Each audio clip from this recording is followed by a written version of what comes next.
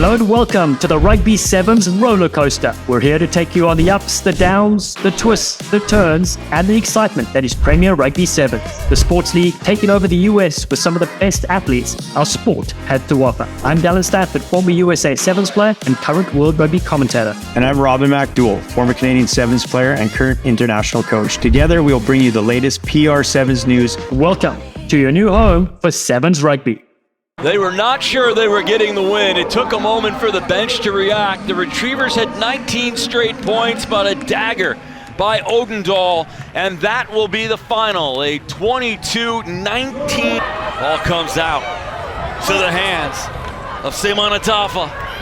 Loonies getting a little loose with their play, but can they get in the try zone? Do we have ourselves another winner? And it is Gonzalez, the woman born right here in Minneapolis, Minnesota. Hello and welcome to episode 6 of the Rugby Sevens Rollercoaster, a North American-inspired podcast that focuses on the world of sevens, especially the Premier Rugby Sevens. We just witnessed a brilliant Western Conference kickoff event in Minneapolis, Minnesota, where TCO Stadium saw so many tight finishes it had us on the edge of our seats. Record high drama, high stakes, single elimination format, 5 hours entertainment, 2 winners crowned, with the women's Northern Loonies, coached by my co-host Robin, and the Rocky Mountain Experts men, both finals decided by just 3 points each. I love watching the TV broadcast, and if you will need to catch up on the scores and, of course, check out the action, go to the website pr7s.com and also the PR7s YouTube page. So many thrilling, exciting matches. All right, what an episode we have for you. Tournament review from Minnesota. We talk with both the women's player of the tournament, Renee Gonzalez, and the men's player of the tournament, Jacques Odendaal. But first, Robin, congratulations. A strong opening Western Conference event. Has your heart recovered? My heart's recovered, but not my sleep. It was obviously a big build-up on the road with the PR7's ID. And, for every coach, we're forming at the start of the week, forming, and trying to put our recipes together in that heat in Minnesota, and then obviously rolling the dice as we get out there. And for us, this weekend really had it all. It was a roller coaster. We delayed kickoff with storms, Dallen. It was all happening. Didn't know if we were actually going to play fully. I didn't know if games would get pushed into late night or what happened. And then the skies opened up and it all happened. We won the whole tournament with a local Minnesota girl that plays for Canada. She was a late call up due to an injury. Disney finished there, and then meeting the Golden State Retrievers on debut, Kelly Griffin, our former head coach of the Loonies, who I've had the pleasure and honor of working with the last few years, and one of my great friends. Meeting her in the final, and I was like most Sevens coaches, smoking on the sideline with the stress, but the second we won, it was relief, it was joy for my players, and of course, as always, I race over to shake hands and give hugs to the opposing coach, win or lose, and a little gutted for Griff. It's just at the heart of the game. The PR7's like the World Series, you become a traveling family, and I was heartbroken for the teams that, we all put in the same amount of effort, and it's a bounce of a ball as we've seen again on Saturday. Such a tense finish. As you said, could have gone either way. In fact, there were so many moments you're like, okay, this team's going to win it. And then all of a sudden it changed in the last moment of the game in both finals. All right, let's review some of the action, of course. We know it's high stakes, high drama, knockout rugby. So let's talk about the first women's games, right? 4 women's teams in the Western Conference. Starting with the semifinals, Ruby 2 inspired the Golden State Retrievers to victory. They won 22-19 against the Rhinos ex-Loggerheads. And then your Loonies just survived 12 points to 10 against the Rocky Mountain Experts in the second semifinal. Your thoughts on those opening games? Yeah, again, it was like, the high stakes. I mean, CEO Owen Scannell wanting to have a semifinal final. I mean, it's definitely up the intensity, up the drama, and up the standard. For me, finally got one over on Irene. Irene's beat me at the international level, at the PR7's level a number of times. She's a great coach alongside Ross. So we were lucky enough to be on the front side of that game. And then, we knew it would be a barn burner against Ruby Tui and Kelly Griffin's well-coached side. And which other players stood out in those opening games to you? Yeah, so for the Rocky Mountain experts, former Looney, Spiff Cedric, she was consistent, super fit. You can see why she was a big piece of that USA team that pre-qualified for the Olympics. Summer Harris-Jones was one of the leading try scorers, if not the leading try scorer. She was unstoppable every touch of the ball. She burned us a couple times. And then for the loggerheads, Canadian Karina Gaudo, that's been down training at the Rhino Academy over the winter. She's fit. She's on form. She was carving. And Eunice Bessie, the Fijian flyer, was unstoppable. For the retrievers, of course, Captain Ruby Tui, all over the field, unstoppable, hair flying. And then the Brazilian Rafaela Zenelato, she caught us inside in the first half of the Cup final and just dominated. With our Loonies, I was really impressed by the silent sniper Sativa Tauro Pahikaru, our lone Kiwi. She's worked super hard over the winter in Missouri. Not a lot of rugby, just training on her own, and she moved the ball as well. And then, of course, Alev Kelter, she was just unstoppable. So to have our original captain back into the Loonies after going to World Cups and Olympics was unbelievable, and excited to have her back in the team. Yeah, Lev slotted in perfectly as well. And then switching across to the men's side, just one score separating the sides in the semifinals as well. The experts beat the Rhinos ex-Logheads 26-19 and another tight finish, and the Retrievers just pipped the Loonies 12 points to 7. So your thoughts then on the men's sides that kicked it off? Yeah, the men's was just as stressful to watch and just as exciting. The experts, who was recently on the pod, Corey Jones, on form, at the heart of everything, such a consistent side. Again, the coaches Emil and JK have been together. They've won three comps in the last year, so that was great.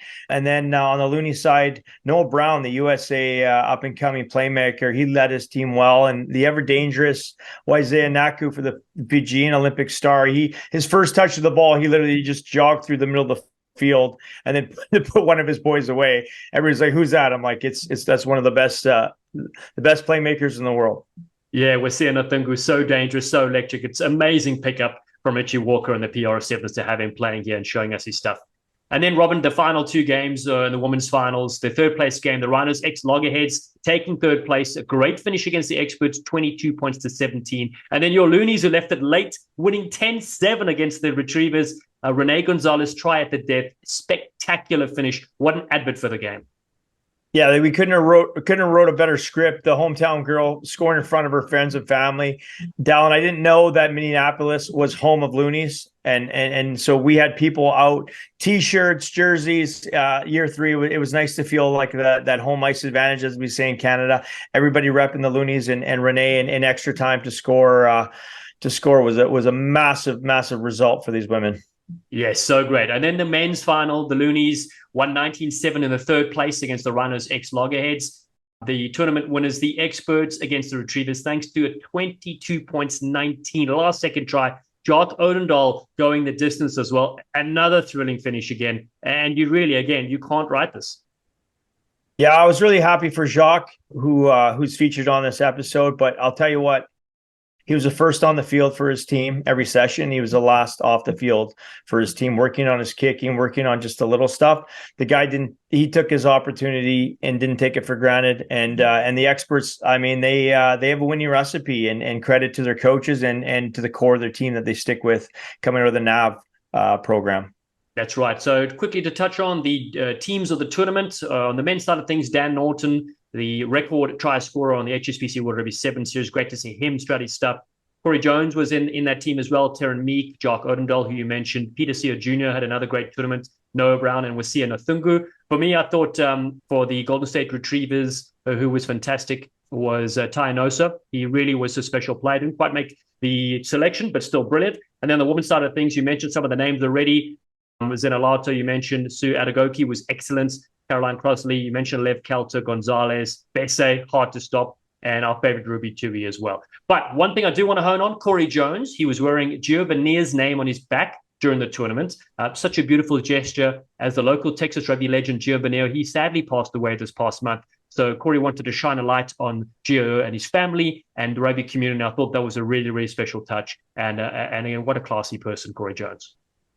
Yeah, Corey's always thinking bigger than the game, and he's using the PR Sevens platform as a way to show his love. And we're sending our best wishes to his family that lost him. Yeah, thinking of them for sure, you know. So let's look ahead though to the next event coming up. The Western Conference Finals happens at PayPal Park in San Jose, California, July 15. What can we expect, Robin? Yeah, it'll be exciting. So whoever didn't meet each other in the Western kickoffs, and then obviously in a few weeks after that, the Eastern kickoffs will play each other. So I know our team's looking forward to playing the Loggerheads, so we'll have our hands full with them, hot off the rebound. But the way it works, Dallen, is the first round for both the East and the West, they get 13 points for first place, 6 points for second place, 3 points for third place, and 1 point for fourth place. Even if you finish last place this weekend, you could still, with a calculator, you can still go through to the championship round in DC after that. So for the second round, it's 19 points for number one, 11 points for the second place, 5 points for third, and 2 points for fourth. So in our situation, for example, because we finished first and got 13 points, we essentially have to win one game to go through for sure. But we're like every team going to be ready for that. That's right. And that's the thing. It's do or die, right? You could drop that first game. So it's very tough. And the finish is going to be very close. And it's the reminder for everybody, it's the top two in the West and top two in the East will go through to Washington, D.C. All right. We can't wait to see that upcoming action. We want to give a huge thanks to the hydration partner, Good Sport, the apparel provider, Samurai, and all the sensational staff at the PR Sevens. Time now for episode 6 of the Rugby Sevens Rollercoaster. It's Canadian international Renee Gonzalez and Sevens eel Jacques Odendaal. We hope you enjoy you sleek sensations. The Premier Rugby Sevens Western Kickoff event in Minnesota went off like a frog in a sock, with the Northern Loonies women's side winning the tournament 10 points to 7 in a thrilling last-second score against the Golden State Retrievers. We welcome player of the tournament, Canadian international and rock star Renee Gonzalez to the Rollercoaster. Welcome, Renee. Hi, yeah, thank you so much for having me on the podcast. And yeah, just happy to be here. Oh, brilliant. Well, let's get your thoughts straight away. The final dramatic finish. It was an unbelievable game. Can you talk us through the last minute or so? You were trailing 7 points to 5. What was going through your mind and how did that game finish for you? Yeah, the last couple minutes we were frantic, obviously hungry to get to the try zone and score the tries. So everyone was trying everything. It was really honestly a team effort, like everyone's leg drive, wrapping around the ball. I don't even think I was talking at this point because I was so exhausted, and I just made eye contact with 11. She passed me the ball, and yeah, so I was gassed at the end, so to say. But yeah, it was really unreal to think back when I watched it, and yeah, it's just a great moment for me, especially being at home. Yeah, I was going to say, you know, so what a homecoming. It's where you were born, right? So you go back there. I'm sure you had people that came to support you, but this game was also televised around the world internationally. And to be able to be in the right place at the right time and have that breakthrough and score the winning try, I mean, you must have been so ecstatic. Yeah, I was really, really happy, and everyone came and cheered me on. Yeah, I wasn't born there. I just grew up playing rugby there.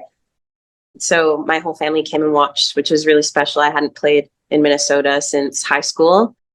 So it was a big moment for me. It was kind of like a full circle moment being there and getting to play with a home crowd and seeing all my friends and family there.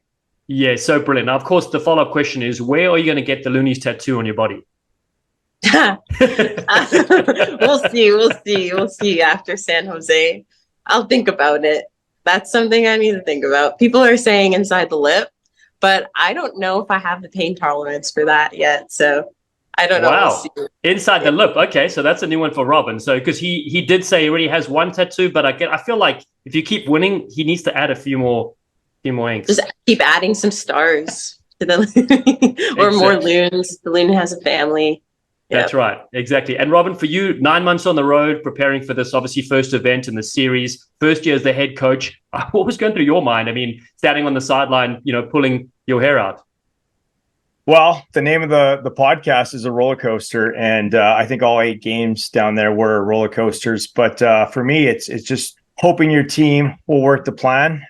At the end of the day, just going back to Renee, having her come in last minute, she was made available to us. in the last month or so, once the team was picked. And then she'd reached out, and having an opportunity to select a hometown girl. First time I saw Renee was watch her play live was in Naples at the World University Games. And the first touch of the ball, I was like, man, I'd love to work with that athlete. And for, just to see them smile, which was really our goal last weekend. But yeah, during the final, the second she got the ball, she found some space. She did what she does, and scored in injury time. Was amazing. I felt this huge sense of relief, exhaustion, and then genuinely just felt gutted for one of my best friends, which is Kelly Griffin. But massively, again, just happy to see our girls smile in the end. So great. And Renee, I want to touch on the thoughts of the elimination round. So you arrived there at your very first game. It's unlike the World Series, right? Yeah, I mean, we're put together in just a week, and everyone has the same amount of time and just like hasn't played with a lot of people. So it's just like finding the rhythm, how people play, the dynamics. Yeah, I think this is like what I live for. I love the teams like this because it's just like being adaptable and playing new rugby and being coachable. So yeah, I would like more of this for sure in rugby. So it was really fun. So great. And then Robin, for you, obviously this PR Sevens event is vital for rugby in North America, especially your squad's mostly Canadian. I recognize a lot of the names that have played in the Sevens World Series before, and then you've got a lot of up and coming players. What was it like, for them, and having this competition? Playing against Ruby Tui was outstanding, on the retriever side, played against a lot of other Olympians, including Lev Kelter on your side. She had a great final also. It was the ultimate Looney squad. We have so many personalities. It was kind of a full circle group. We have, like you said, obviously I talk about development every time I'm on here, but I literally get to pick my favorite players, like the ones I love watching, and obviously the ones I, hoping to work with. And then it was amazing. And obviously Canadian, obviously very supportive of North American rugby and our USA players and our global players, but the other 7 programs across the Premier Sevens is heavy with Americans and internationals. And I, obviously want to give a number of Canadians a chance, both from a development standpoint and an opportunity standpoint. But to be honest, we have so much talent up here, like the youth sport, all the grassroots coaches across Canada. We are exploding with female talent. And this is just the tip of the iceberg. So these girls are real pioneers. And, they played Blitzbach women, they played Black Ferns, they played England players, obviously a number of the US players that are currently top 3 in the world, top 4 in the world. And to hammer it out, we had a couple 19-year-olds in our team that were, their eyes were about this big, but the second they got on the field, they just did their job. And so for me, it was it's been great to put it all together this past weekend in Minnesota. Yeah, it was so fun to watch. And that's the thing. It is a roller coaster ride because at any moment in time, let's say that ball didn't fall the way and Renee, you weren't able to pick it up, the other team wins. It's high stakes. So let's talk about the high stakes. So I want to go to that very first game. There was a slight weather delay. There was lightning going on in the air at TCO Stadium. Did you have a lot of extra nerves going into it, knowing that you're playing against, the experts, and somehow if you drop that game, you're out of the tournament? What's funny is like you would think that would be the case, but my nerves were high from the start, and then as time went on, I was like, you know what, it's gonna be okay. And I was just ready to go. I was smiling, everyone was smiling. We were just ready to get on that pitch and just show them what we've been working on for the week. So it didn't really affect very much for us on our end. Yeah, and it was a close game though. I mean, the experts came back in that match, and it was, you only won by 2 points. I mean, they had some very good players also. Yeah, like that game was also putting us to the test in our skills and execution, and being adaptable too off of each other's lines and work rate. So yeah, both games were honestly a grind, and it was fun because all of the experience around the board, across the board, it was just great to see and have that fight. And so I'm excited for San Jose for that fight to keep building. Same, exactly. Okay, Robin, let's switch and talk about that. So the points on offer for this last tournament at the Western Conference kickoff is completely different from the points you're going to get potentially in San Jose on July 15th. So explain that a bit to our audience, and also the bit of the thinking behind the PR Sevens instilling this new point system. Yeah, well, for starters, it raises the stakes for the coaches and most importantly, the players and the franchises. So I was saying with somebody on the way home yesterday, just as far as like that's concerned, it completely changed our approach. it definitely upped the level of urgency and also affected how we selected players. Being able to pick a team that's ready to perform. Yeah, Renee might have been a little nervous, but the second she was on the field, she's been there a million times. So we got 13 points. Fourth place team, I believe, got 1 point. So as far as it works out for the Loonies, we have the Western final shootout in 2 weeks in San Jose, California. And, I think how mathematically we got to win one game. Our goal is to win that competition, then win the next competition. But we've set ourselves up. And when the game ended, I ran over those girls and they were celebrating. And I said, I just got one thing to say. And I said 13 points because that's what we got. I said, thank you for those 13 points, girls, because they're gonna help us out. But it just raises the standard. Whereas last year, where there was no real, yes, there was a winner and there was losers. You have to win every game. And so what you saw was, I think last week, just looking at the Eastern Conference with 3 new franchises, there was bigger margins between those teams, some blowouts. And we knew the Western Conference, both on the men's side, the women's side, would be high standard. But I think every single game last week in Dallen was down to 1 or 2 points, all 8 games.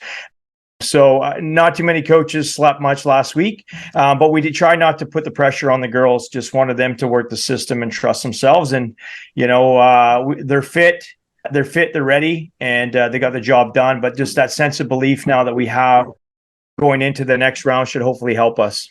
Yes, exactly. And for those audience members tuning in as well, the interesting fact is you could technically have finished last this past weekend and then win the next tournament and technically have enough points to go through to the championship. The top 2 in the West and top 2 in the East will go through. Renee, so what is your plan now? You've got just under 3 weeks to get ready for the next event.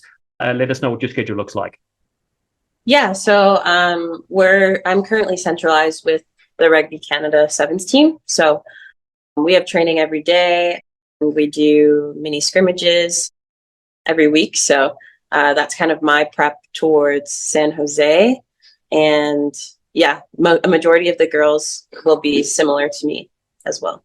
Great. Awesome. Okay. Well, before we let you both go, Robin, on your side, you did mention, of course, how close everything was. I mean, the other teams in the conference with you guys are very strong. The Rhinos, ex-Loggerheads, they lost their semi-final by 3 points to the Golden State Retrievers. And of course, you defeated the Experts by 2 points. It shows how close that is.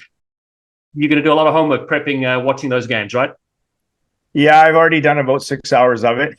We're ready to go for San Jose. Actually, on the Friday night before Saturday, I was in the hotel room with my assistant coach, Brett Cannenberg, and I said, I was planning San Jose Friday night. And he's like, can we just get through tomorrow? And this was his first time coaching at this level. Can we just get through tomorrow? And I said, our job's done for tomorrow. It's the girls' job tomorrow. I'm already, my eyes are already on San Jose. But the Loggerheads obviously lost a couple nail biters.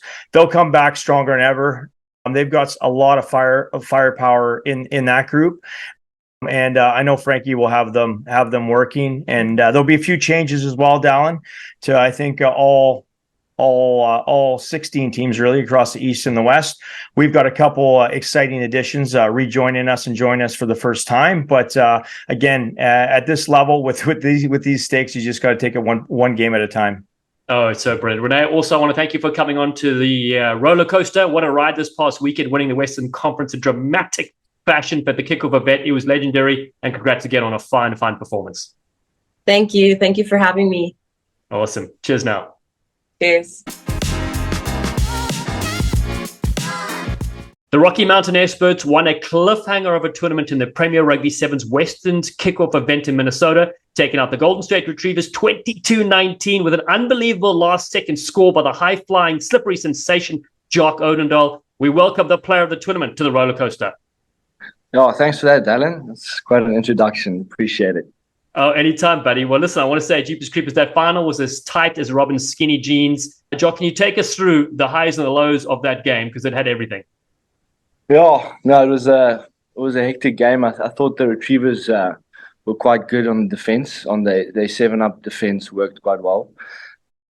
Yeah, we managed to score a few quite early, get in the game, and then the last few moments was it wasn't. I don't know how it happened. It was quite a flash. So it was just amazing to be a part of. That's such a thrilling game. Honestly, I thought the other team had won it as well, and then it went back the other way. Tynosa had a brilliant final, some ridiculous skills. Yeah. But you've come a long way, my friend, from the small farm in Vryheid, South Africa. Yeah. It's a long way, just representing Vryheid, eh? Well, congratulations for me. Huge win on Saturday. Nail biters, I think, and now I was sharing with Dallen in all semis and all finals, both the women's side and the men's side. Now, the Experts have been the most on-form side for the men's division, the Premier Sevens. The first year they won the inaugural. Last year they won 2. There must be something that brewing down there at NAV. What can you tell us about working with those magic coaches, JT and Emil, and what makes this program so successful?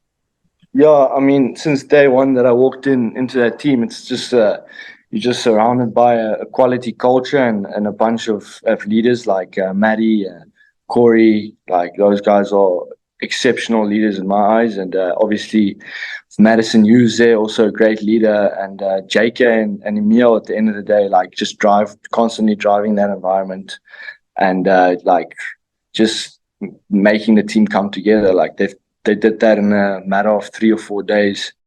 And yeah, like, I mean, the day one we landed, and a lot of guys didn't know each other that well, and we gelled. It was about 3 or 4 days that we started clicking.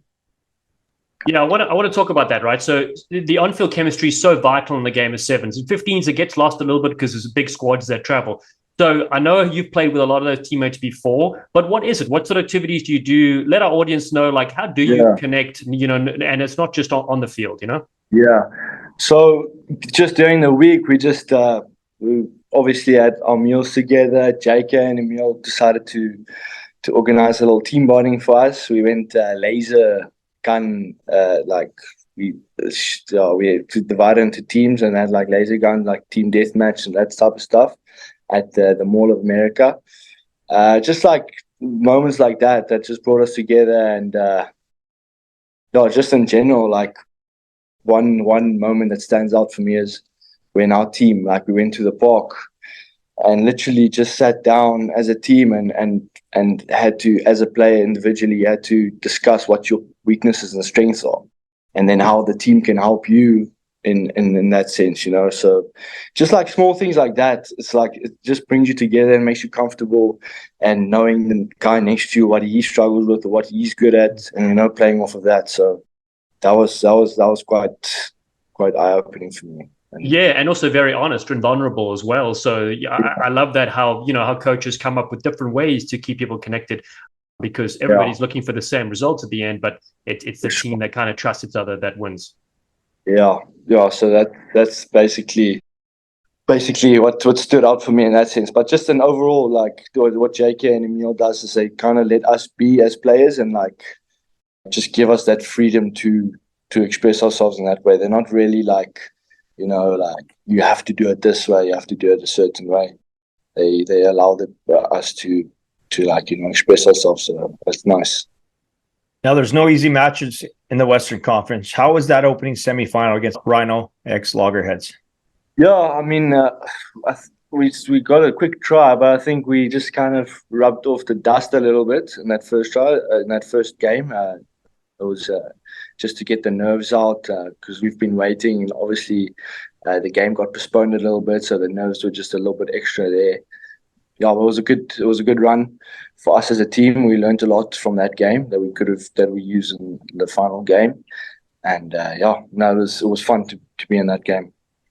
And then, listen, you already mentioned Madison Hughes, the Olympian in your squad, and he was a late call, I would say, because Robert and I interviewed him on the podcast, and he wouldn't give us an answer. And so finally he did join your team. What does he add? What sort of dimension does he bring to the table? Yeah, he came in Thursday, and yeah, what a player. He's so good at articulating, like, his points and what he wants to do. Like, yeah, he came in and I was like, who's this guy? Because I've heard about him. He's done a lot of things for sevens. And yeah, I just started learning from him since, like, from the moment he got there. He kind of just taught me a few things, and I just started learning from him. What a man. And since moving to the U.S., you've also been doing a great deal of coaching in Atlanta. We first met last year at Life University, where you were working with the legend Colton Carriaga. How has coaching helped shape you as a player? Yeah, I must say, at first I didn't think it was going to have a big impact, but it had such a extreme impact on me as a player, like going back into playing, like just the perspective and the way you see the overall picture. It's just because as a player, you sometimes just focus on yourself and focus on what you do, but you never see the big picture. And if you understand the bigger picture, I think as a player, and it's more clear to you, then you understand where you're going, you know. And I think coaching gave that to me. And I want to touch on a couple of quick things. So how important is the PR Sevens, you know, in the landscape of developing players and exposing them to the highest level, you know, outside of the World Series? Yeah, I think it's an excellent platform, especially obviously having the names like Dan Norton and Madison and those guys around you. Like just being on that platform with them and learning from them. I mean, you can go to places from here. Yeah, for sure. Yeah. And was there a particular player that, like you mentioned, Dan Norton? I mean, what a legend that he's playing in PR Sevens. Yeah. There's some Fijian stars as well. Was there one name in your mind you're like, hey, this is Laka, I'm going to go against this player head to head? Yeah, I was hoping to go against Dan Norton. We didn't get him this tournament, but they look like they have some potential as a team. So maybe we see each other in the final. But I also want to go against Branko de Pre. I know he got signed for the Logheads, so would like to go against some fellow South African. Yeah, a couple of legends for sure. Well, we want to say bye. Thank you for joining us on the Rollercoaster. We look forward to seeing your experts carve up in the Western Conference Finals at PayPal Park in San Jose, California, July 15th. My man, it's been a pleasure commentating you in Rugby Town Sevens, PR Sevens last year, and then, of course, watching you carve on the big screen has been really fun. Man, thanks so much, Dallen. Really appreciate it. Thanks for having me. Awesome. Lekker, my friend. Thanks for listening to the Rugby Sevens Rollercoaster. Visit pr7s.com to buy tickets to the 5 tournaments in 2023. Austin, Texas, June 17th. Minneapolis, Minnesota, June 24th. San Jose, California, July 15th. Pittsburgh, Pennsylvania, July 23. And the PR Sevens Championship on August 6. Connect with us on social media, PR Sevens, and watch any of the previous tournaments on the Premier Rugby Sevens YouTube channel. See you next time. You sleek sensations.